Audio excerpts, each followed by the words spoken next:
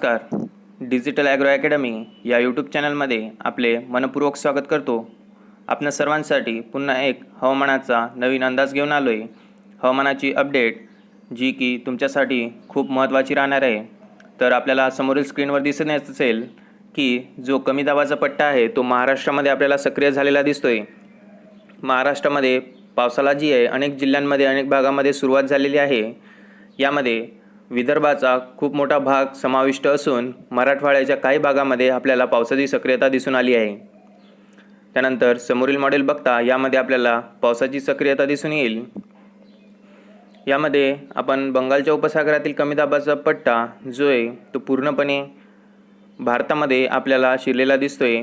भारताच्या पूर्व किनारपट्टीवर खूप मोठ्या प्रमाणात कमी दाबाचा पट्टा निर्माण होऊन अनेक ठिकाणी पाऊस जो आहे तो पाऊस सक्रिय दिसतोय. महाराष्ट्रामध्ये याची दिशेचा वेग वाढला असून पूर्व विदर्भामध्ये आपल्याला खूप मोठ्या प्रमाणात कमी दाबाच्या पट्ट्याची सक्रियता दिसून पूर्व विदर्भातील अनेक भागामध्ये आपल्याला पाऊस जो आहे तो पाऊस सक्रिय दिसतोय.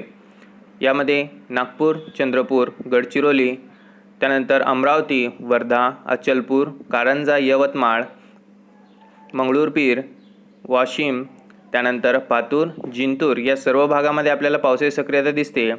मराठवाड्यामध्ये जालना, अंबड, औरंगाबाद, त्यानंतर माजलगाव या भागांमध्ये सुद्धा माजलगाव, पारली, अहमदपूर या भागामध्ये आपल्याला पाऊस जो आहे तो पाऊस सक्रिय दिसतोय. त्यानंतर इकडे बघता आपण बार्शी, तुळजापूर, पेठ, इंदापूर, बारामती या भागात सुद्धा आपल्याला चांगल्या प्रकारचा पावसाची सक्रियता दिसून येते. हळूहळू ही पावसाची सक्रियता जी आहे ही संपूर्ण महाराष्ट्रामध्ये आपल्याला बघायला मिळेल. संपूर्ण महाराष्ट्रामध्ये याचा प्रभाव दिसून येईल. जो कमी दाबाचा बंगालच्या उपसागरातील कमी दाबाचा पट्टा आहे तो आता काही अंशी जो आहे तो महाराष्ट्राची दिशेने वळत असून तो पूर्णपणे महाराष्ट्रामध्ये आपल्याला सक्रिय झाल्यानंतर महाराष्ट्रामध्ये सार्वत्रिक प्रकारचा पाऊस आपल्याला बघायला मिळेल. त्यानंतर पूर्व भारताचा जो भाग आहे पूर्व भारताच्या अनेक भागात आपल्याला जे पाऊस खूप मोठ्या प्रमाणात सक्रिय दिसत असून मेघगर्जनेचे प्रमाणसुद्धा तिथं खूप जास्त राहणार आहे.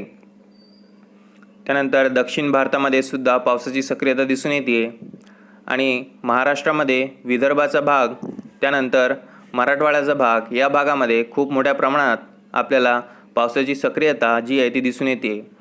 येत्या काही तासांमध्ये ही पावसाची सक्रियता आपल्याला संपूर्ण महाराष्ट्रामध्ये बघायला मिळेल. म्हणजेच की विदर्भ, मराठवाडा, उत्तर महाराष्ट्र, कोकण, पश्चिम महाराष्ट्र या सर्व भागांमध्ये महाराष्ट्रामध्ये पाऊस जो आहे तो व्यापलेला दिसेल. येत्या 24 तासांमध्ये महाराष्ट्रामध्ये सार्वत्रिक प्रकारचा आणि मुसळधार प्रकारचा पाऊस जो आहे तो पाऊस बघायला मिळेल. आता काही भागांमध्ये पाऊस सक्रिय असून येत्या काही तासांमध्ये आपल्याला इतरत्र भागामध्ये सर्वत्र पावसाची सक्रियता दिसून येईल. त्यानंतर आता हे समोरील मॉडेल बघूया आपण. या मॉडेलनुसार आपल्याला मेघगर्जनेचा प्रभाव दिसून येतोय.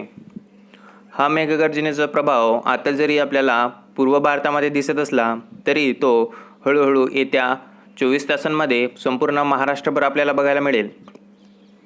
कारण महाराष्ट्रामध्ये जोरदार अशा प्रकारच्या पावसाची शक्यता जी आहे ती शक्यता वर्तवली गेली आहे.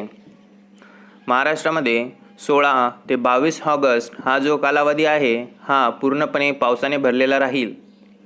या कालावधीमध्ये संपूर्ण महाराष्ट्रामध्ये आपल्याला मुसळधार ते अतिमुसळधार प्रकारचा पाऊस जो आहे तो पाऊस बघायला मिळणार आहे.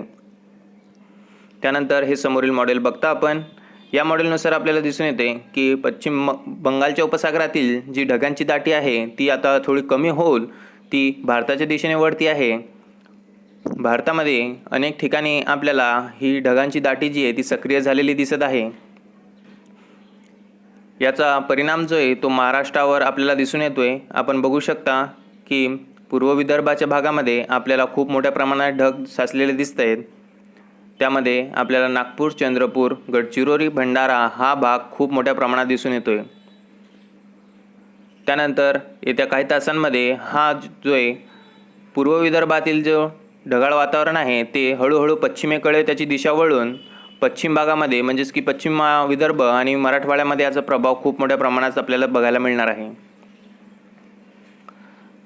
तर पश्चिम बंगालच्या उपसागरातील जो कमी दाबाचा पट्टा आहे तो कमी दाबाचा पट्टा आता कमी होऊन तो भारतामध्ये सक्रिय होतोय। यानुसार या मॉडेलनुसार आपल्याला दिसून येत असेल की पावसाची सक्रियता नेमकी कुठं राहणार आहे।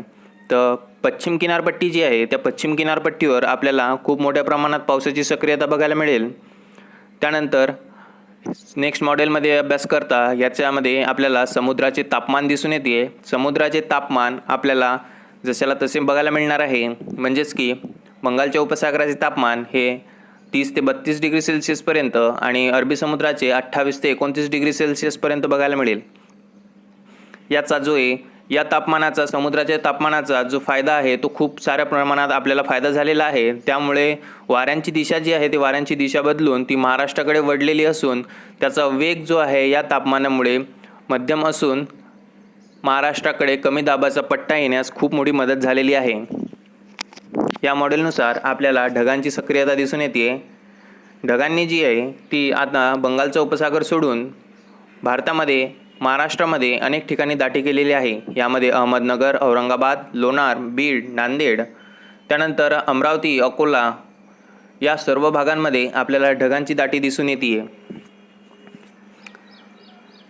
यामध्ये आपल्याला कोकण आणि पश्चिम महाराष्ट्रामध्ये पावसाची सक्रियता असल्यामुळं तिथं सततधार पावसाची सुरूच राहणार आहे। हलक्या प्रमाणाचा पाऊस जो आहे तो आपल्याला बघायला मिळेलच। त्यानंतर विदर्भाचा भागसुद्धा अकोला, अमरावती या भागामध्ये सुद्धा हलक्या प्रमाणात पाऊस असेल काही ठिकाणी, तर काही ठिकाणी जोरदार अशा प्रकारच्या पावसाची सक्रियता आहे। पुढील ढगाळ वातावरणाचा अंदाज बघता आपण त्यावरून आपल्याला कळून येईल की मराठवाड्यामध्ये सुद्धा पाऊस परिस्थिती निर्माण झालेली आहे। हळूहळू हे जे आहे पाऊस संपूर्ण महाराष्ट्र व्यापून अनेक भागांमध्ये आपल्याला जोरदार प्रकारचा पाऊस बघायला मिळेल। यामध्ये उदगीर, अहमदपूर, त्यानंतर लातूर या भागामध्ये आपल्याला पाऊस जरी आता सक्रिय दिसत नसला तरी येत्या काही तासांमध्ये तिथं सुद्धा आपल्याला पावसाची सक्रियता दिसून येईल। पुढील मॉडेलमध्ये आपल्याला दिसून येत असेल की बंगालच्या उपसागरातील कमी दाबाचा पट्ट्याची दिशा ही महाराष्ट्राच्या दिशेने आपल्याला दिसून येत असेल। 1002, 1004, 1006 अशा प्रकारचे कमी दाबाचे पट्टे निर्माण होऊन ते हळूहळू भारताच्या पूर्व दिशेने वळत आहेत। भारताच्या पूर्व किनारपट्टीवर आपल्याला खूप मोठ्या प्रमाणात कमी दाबाचा पट्टा निर्माण झालेला दिसतोय आणि त्याची दिशा जी आहे ते 1004 कमी दाबाचा पट्टा जो आहे तो महाराष्ट्रामध्ये आपल्याला मराठवाड्यामध्ये सक्रिय दिसतोय। त्यामुळे हळूहळू त्याची दिशा जी आहे ती पूर्वेकडून पश्चिमेकडे होतीये। समोरील मॉडेलचा अभ्यास करता आपल्याला तापमान जे आहे ते तापमान मध्यम स्वरूपाचं तापमान बघायला मिळेल। मुंबई 26 डिग्री सेल्सिअसमध्ये असेल, त्यानंतर नाशिक 22 डिग्री सेल्सिअस अशा प्रकारचे तापमान मध्यम स्वरूपाचं तापमान असल्यामुळं आपल्याला पावसाच्या वातावरण अनुकूल होण्यासाठी खूप मोठ्या प्रमाणात मदत होणार आहे। यामध्ये औरंगाबाद 31 तर नागपूर 30 अशा प्रकारचं जे तापमान असून याचा खूप मोठा फायदा आपल्याला पावसाच्या सक्रियतेसाठी होणार आहे।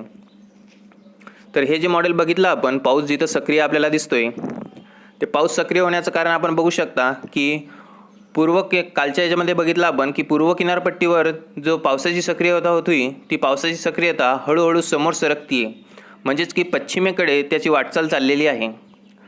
जो पावसाचा कमी दाबाचा पट्टा होता तो हळूहळू पश्चिमेकडे सरकून महाराष्ट्रामध्ये वळतोय। महाराष्ट्रामध्ये मुख्यतः तो पूर्व विदर्भामधनं महाराष्ट्रामध्ये येतोय।